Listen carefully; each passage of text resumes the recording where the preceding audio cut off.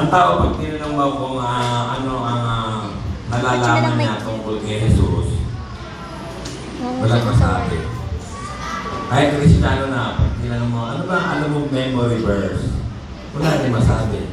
Pero talagang yung mga tao, sabi ko sa kanya, sino nga pala yung guest ni Willie Revilla dito sa ano?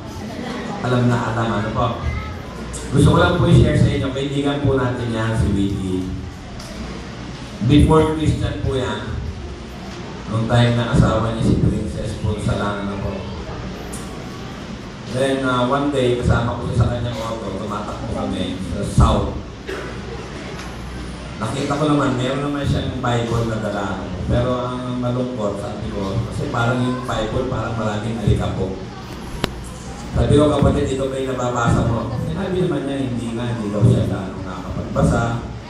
Sabi ko, alam mo kasi dapat yung blessing mo sa Lord, pinabalik mo sa Panginoon. Kasi alam niyo, mapalad na tao siya kahit na madalas matanggal sa trabaho, nakababalik. Siya na po ang dati ko siya ginamit, kaya po siya nakabalik sa channel ko dati. Blessing mo siya. Kaya sabi ko, alam mo kapatid, dapat pinabalik mo sa Lord lahat yan. At nalulungkot kasi ako sa kanyang programa. Mula pa doon sa Wawawi noon, tapos naging Willing, tapos naging, ano yun ngayon? Will time. Ako alam na tayo. May part siya doon na pag kinakanta niya yun, tatanungin pa yung mga tao, ano ba ang gusto niyong awitin ko? Diba? Tapos pag kinakanta niya, yung cameraman naman, kino-close up pa yung mag-asawa. Ito namang cameraman kahit yung matatandang mag-asawa na yung nagkahalikan pa. So yung nalulungkot. And one morning, I'm really praise the Lord. Meron po akong devotion time sa Panginoon every morning. As we pray, kumakanta sa Lord. Hindi ko pa makalimutan yung araw na yun. Nung ako yung humawak ng gitara, alam niyo po, instant po pinapalitan ng Lord sa akin yung lahat ng mensahe ng kanta ni Willie. Kasi yung awit niya, puro patungkol sa sinisinta. Dapat pala yung awit na yun para sa Panginoon. Ano po? Ganito po yung awit niya, tingnan niyo kung alam niyo ha.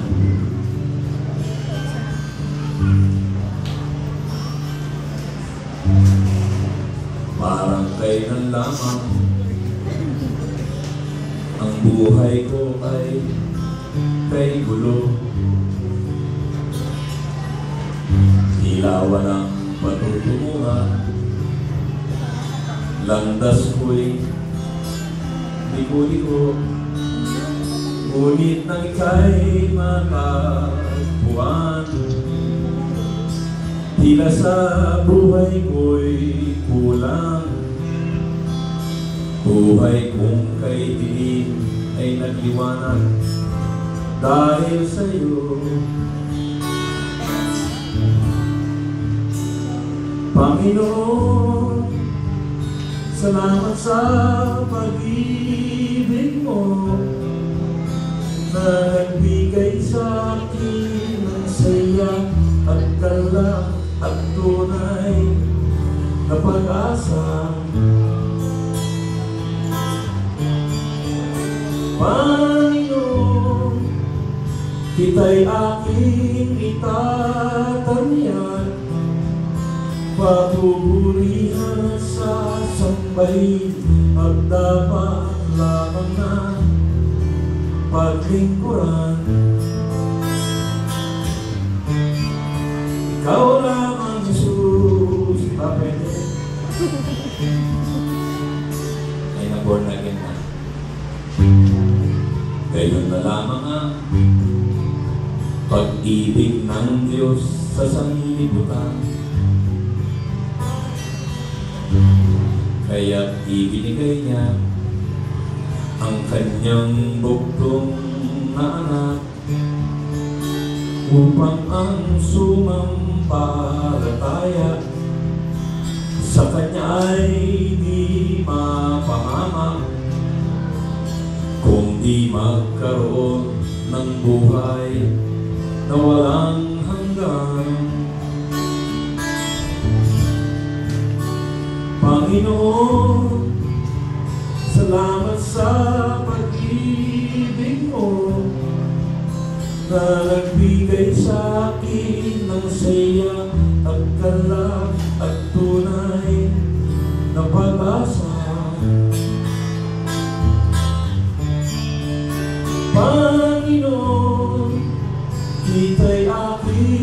itatanya, papupurihan at sasumbay, at dapat lamang na paglingkuran. Ikaw lamang, Jesus.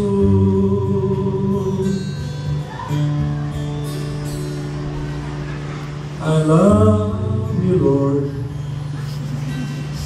Mahal na mahal kita, aking Panginoon, dahil sa iyong ginawa dito sa buhay ko. Ako'y binago mo, inibig mong lubos, kaya't ako'y dapat na maglingkod sa'yo. Wala kang nanonood ng show ni Vicky, ulitin natin to. I love you, Lord. I love you, Lord. Mahal na mahal kita, aking Panginoon, dahil sa iyong ginawa dito sa buhay ko. Ako'y binago, inibig mong lubos, kaya't ako'y dapat na maglingkod sa'yo.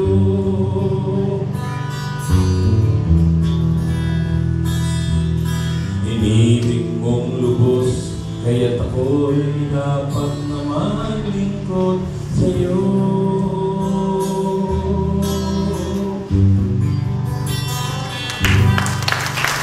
Diba mo? Masabi kumawin sa Panginoon po. Sino dito ang binago ng Diyos? Nasa kamay. Hallelujah. Sino dito nagbabago sa Diyos? Ito ang awit pa sa Panginoon ng Diyos sa lahat ng binago.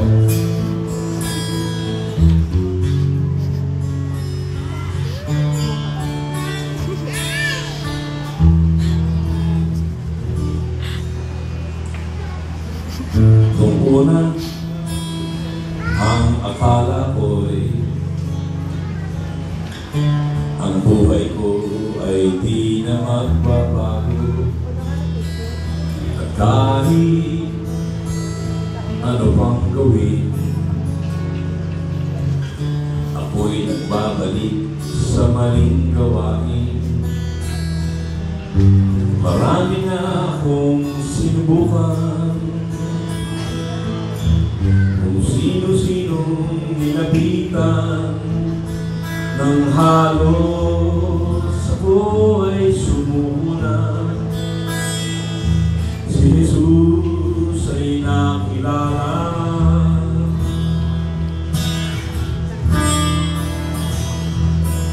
ang aking buhay ay binago niya. Magmula na, sige, mawin tayo, ako'y magpasya, nang sa aking puso'y paghariin siya. Anong himala, ako'y nag-iba, kasalanan ko ay pinatawad. Ginawang anak niya sa langit pupunta, o kay buti ng Diyos, at ako'y binago niya.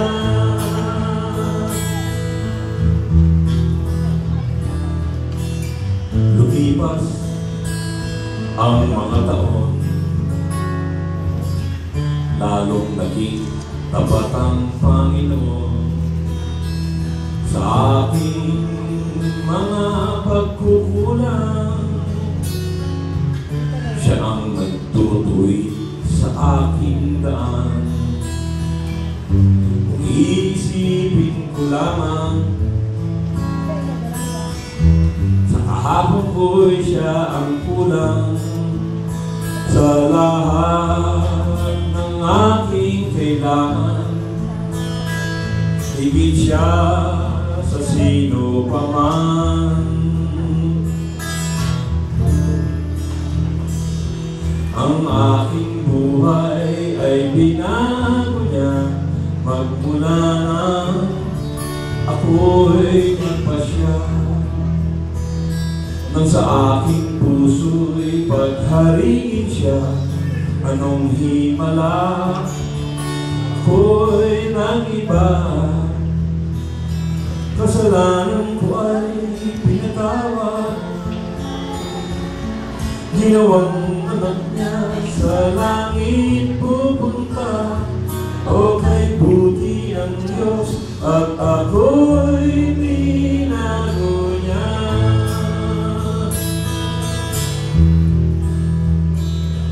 Kasalanan ko ay pinatawad.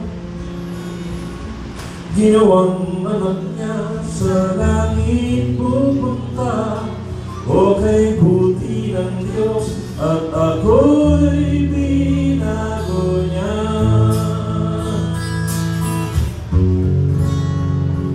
O kay buti ng Diyos at ako'y binago niya.